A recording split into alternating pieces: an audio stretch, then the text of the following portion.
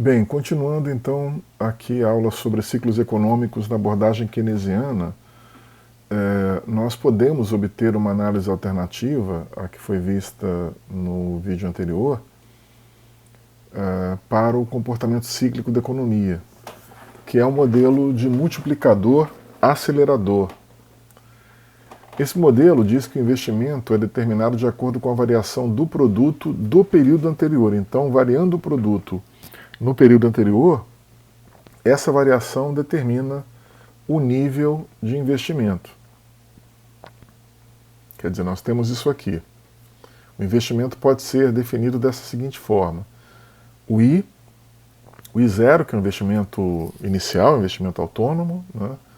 Um D, que é um termo, que eu vou explicar na sequência, que é um termo de ciclo, né? E a multiplicação por o delta, pela variação do investimento no período anterior. Esse delta, conforme está aqui embaixo, na equação de baixo, na equação 8, é a variação de y-1 menos y-2. Né? Então, delta aqui é o multiplicador, acelerador. Tá? E o investimento autônomo é o investimento zero aqui. Tá? Então, o investimento tem um componente autônomo, que é o I0, mais um componente que está relacionado ao comportamento da renda do período anterior, que é essa expressão entre parênteses, a variação da renda, né, no período -1 e no -2. Né? Então, essa variação é esse componente cíclico, né? E um componente autônomo que é I0. Vamos supor que o consumo seja uma função da renda defasada de um período. Então, C é igual à propensão marginal a consumir vezes a renda defasada nesse período, que é a equação 9. Então, sabendo que a renda é consumo mais investimento, né, a gente vai somar esse consumo aqui, Czinho vezes y-1 aqui, mais o investimento, que é aquela equação 8, essa equação aqui. Tá? Então, nós somamos aqui e temos a equação 10. Né? Aqui a gente vai somar, e aqui a gente vai deixar em evidência CY-1, fica C mais D vezes Y-1 mais I0, que é o investimento autônomo, menos D vezes Y-2, que é a equação 10. Olhando essa equação 10, a gente vai ver que se nós aumentarmos o investimento autônomo, que é I0, se nós aumentarmos esse investimento aqui, nós teremos um aumento do produto em relação ao seu nível no período anterior. Então, se nós aumentarmos aqui o I0, o produto vai subir em relação ao nível anterior. Tá? Com esse aumento, nós teremos outras elevações na sequência, posteriores, no nível de investimento, que é a ideia do multiplicador acelerador. Dado esse aumento no investimento autônomo, esse aumento vai induzir outras elevações no nível de investimento, que é a ideia do multiplicador acelerador. As respostas a esse impulso, esse aumento no nível de investimento autônomo e nos outros níveis de investimento, através da ação do multiplicador acelerador, essas respostas só vão diminuir conforme a variação da renda for cessando, for caindo. Então, na medida que a variação da renda for diminuindo, essas repercussões da elevação do investimento autônomo vão caindo também. Essa é a ideia também do multiplicador acelerador. E o equilíbrio vai ocorrer quando y-1 for igual a y-2, que é o nível de equilíbrio, quando a renda anterior for igual à renda de 2 períodos atrás. Tá? Então nós temos aí a descrição do perfil cíclico da dinâmica de ajustamento entre duas posições de equilíbrio.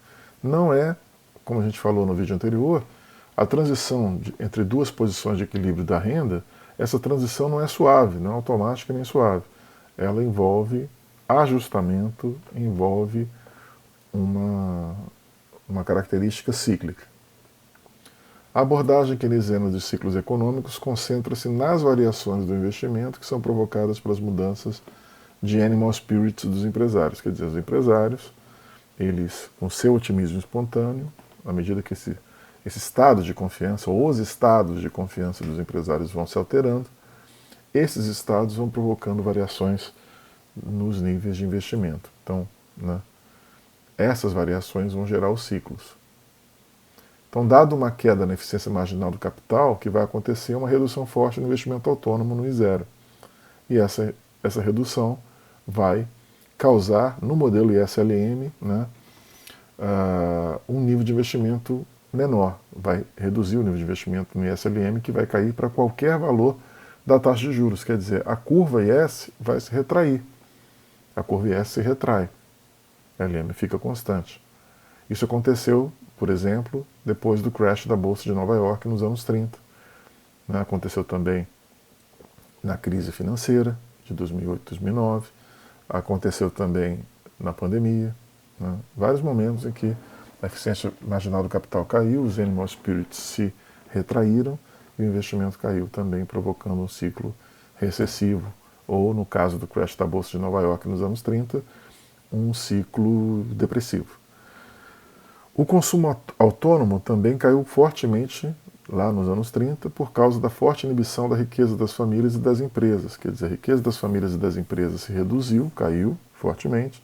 Isso gerou uma queda também no consumo autônomo, sabendo que os gastos, a despesa, né, a despesa aqui, né, chamada de demanda efetiva no modelo keynesiano, é consumo mais investimento, né, numa economia fechada. Então, se o consumo autônomo e o investimento autônomo caem, né, a gente tem um componente aí de redução da renda, da demanda agregada. As flutuações econômicas, como eu estava falando, né, são provocadas na visão keynesiana pelas oscilações da despesa autônoma. O gasto autônomo, a despesa autônoma, que é C mais I. Né, a gente poderia chamar de C0 mais I0 também, mas, enfim, C mais I já é o suficiente. Né? Então, quando a despesa autônoma ela oscila, as flutuações econômicas acontecem. Keynes propôs, então, uma ação efetiva de aumento de G da despesa pública para contornar, minimizar, remediar essas variações na despesa autônoma. Então, para ele, o governo deveria gastar mais para regular as flutuações da DA e levar, né, a economia para um nível próximo do pleno emprego, utilizar política monetária, utilizar também, sobretudo, política fiscal, no caso do G lá, né, da despesa pública, para levar o produto próximo do nível de pleno emprego. Essa é a ideia central de Keynes. Só que, para os críticos do keynesianismo, eles defendem que a política econômica, ao contrário, ela não estabiliza ou não atenua os ciclos, ao contrário, ela gera perturbações que afetam ou ampliam o caráter cíclico.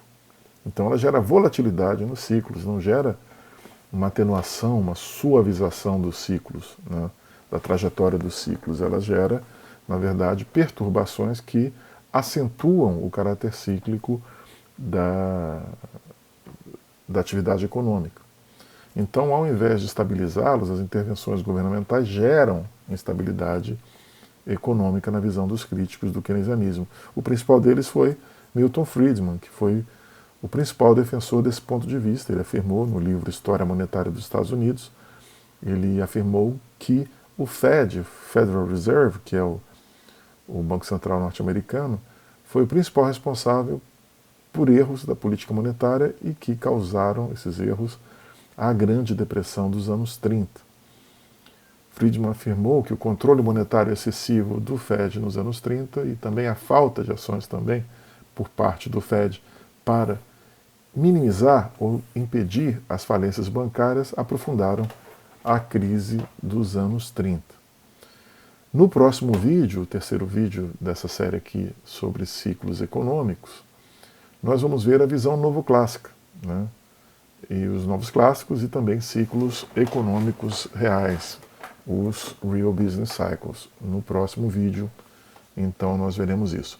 Obrigado mais uma vez por me ouvirem. Até o próximo vídeo.